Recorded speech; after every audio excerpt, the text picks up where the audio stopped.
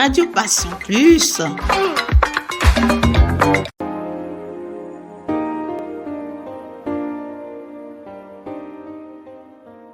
Chaque 25 novembre est célébrée la Journée internationale pour l'élimination des violences à l'égard des femmes. Symbole des inégalités femmes-hommes, ces violences sont multiples. Elles sont physiques, sexuelles, verbales, psychologiques ou encore économiques. Ces violences se manifestent partout, sphère privée, publique, scolaire, professionnelle. Elles se sont étendues à la sphère numérique avec le cyberharcèlement. L'ampleur de cet événement a longtemps été occultée, entraînant l'isolement et la honte des victimes. Les premières enquêtes sur le sujet sont publiées dans les années 1990. Une enquête de 1997 révèle les multiples agressions subies par les femmes au sein de leur couple. Chaque année, 50 000 femmes sont victimes de viol, un acte majoritairement commis par un proche et passé sous silence. D'autres études confirment le niveau élevé de violences subies par les femmes au sein du couple, pouvant aller jusqu'à la mort. Face à ces violences, un important arsenal législatif s'est peu à peu constitué. Depuis les années 1990, plusieurs fois pénalisent les violences faites aux femmes et améliorent leur prise en charge. Plusieurs plans de lutte contre les violences commises à l'encontre des femmes ont été adoptés. Ils visent à protéger les victimes et leurs enfants et prévenir toute forme de violence. Outre une réponse pénale, des dispositifs ont été créés. Numéro unique 39, plateforme de signalement en ligne, etc.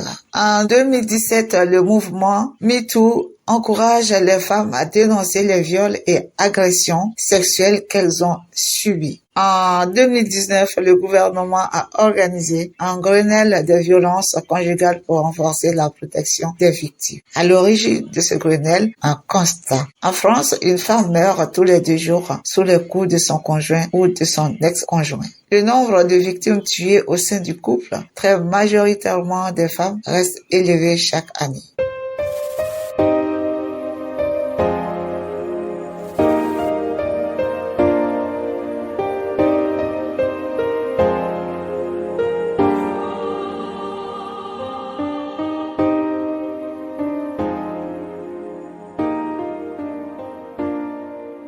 Notre intervenante est la présidente de l'association Pretty Who. Elle nous parle de la mutilation génitale. Elle s'appelle Abousatou Diana. Il faut savoir que Pretty Who a été créé en 2020, mais a vraiment commencé ses actions en fin 2022, début 2023. Et l'objectif, c'est d'accompagner les personnes victimes de violences. Et je précise, les violences, c'est les mutilations sexuelles, d'accord? Et nous abordons aussi le viol, l'inceste, le mariage forcé et l'harcèlement. Et donc, il faut savoir que si cette association-là a été créée, c'est parce que Abousatou Diana a été victime. D'où l'histoire de Pretty Who. En quoi consiste l'accompagnement de vos victimes? Alors, il faut savoir que Pretty Who, déjà, ça signifie jolie femme. Donc, il faut comprendre que Pretty Who, c'est la femme avant tout. La femme à l'honneur, la femme dans l'écoute et dans l'accompagnement. L'accompagnement se fait en premier lieu vraiment par une cellule d'écoute.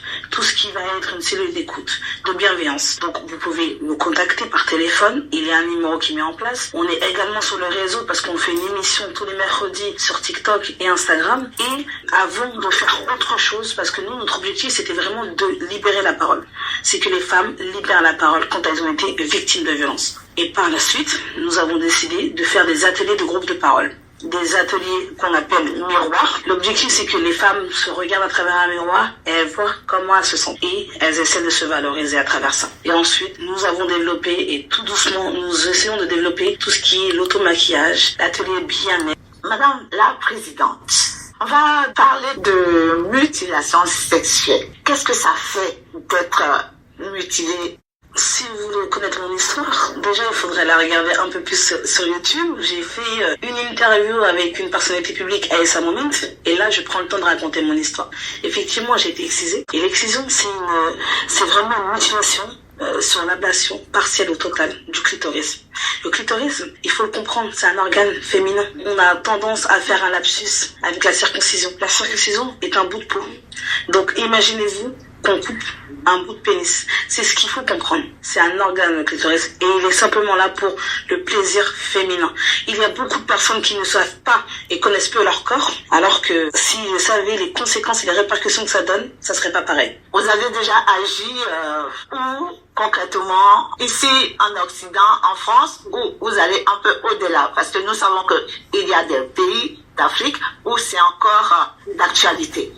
En toute transparence, pour le moment, c'est en France, c'est en Europe. Pourquoi? Parce que on est sur le après nous. On n'est pas sur quand tu as été excisé. Est-ce que tu fais la chirurgie réparatrice? On est sur une fois que tu as compris que tu as été excisé, que tu veux pas faire la chirurgie réparatrice, comment tu te sens?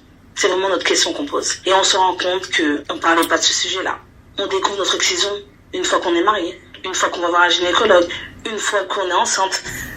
Et là, on se dit, bah oui, mais comment elle se sent cette femme-là? Notre objectif, c'est vraiment d'accompagner les femmes de l'Europe. Et ensuite, on verra. Vous pensez que la sonnette d'alarme fait-elle vraiment écho? Alors oui, ça fait écho, parce que peut-être nous sommes basés à Drancy, nous sommes une petite association pour le moment, qui est en action régulièrement, mais vous commencez et vous allez nous découvrir. À Drancy, nous sommes dans d'autres collectifs d'associations, bien sûr, qui luttent pour vraiment l'arrêt total de l'excision, et les travaux sont bien menés. Déjà, si vous connaissez GAMS, qui était une très grande association, mais même un ONG, il y a aussi Excision Parlons-en. Donc nous sommes avec ce collectif-là, parce que eux, l'objectif, c'est vraiment l'arrêt. Mais le nôtre, on est beaucoup plus sur le bien-être. Mais c'est pas pour autant que on dénigre, parce que tout le travail qu'ils mènent depuis des années, c'est une très grande avancée et il faut continuer de les soutenir, d'en parler et de sensibiliser. Non, on ne peut que vous souhaiter beaucoup de courage. Pour terminer, si vous avez un dernier mot, aussi dire à ceux qui vous écoutent comment vous joindre, comment vous rejoindre. Si vous voulez nous rejoindre, vous pouvez nous retrouver sur les réseaux Instagram, TikTok, LinkedIn avec le nom Pretty You, comme vous l'entendez.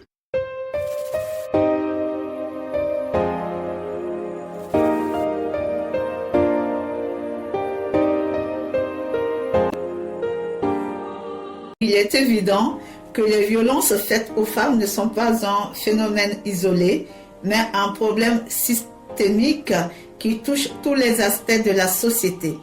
Toutefois, il ressort aussi un message puissant d'espoir, celui de la résilience, de la solidarité et de la lutte constante. Chaque témoignage est un appel à la prise de conscience collective, à l'importance d'écouter, de soutenir et d'agir. Ces voix doivent résonner dans notre société pour que demain, nous puissions enfin dire plus jamais ça.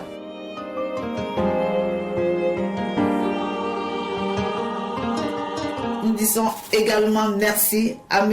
Benjamin Ruska avec ses collaborateurs, toujours aux côtés des femmes pour leur lutte. Merci à tous les organisateurs de cette journée internationale de la lutte contre les violences faites aux femmes et à très bientôt.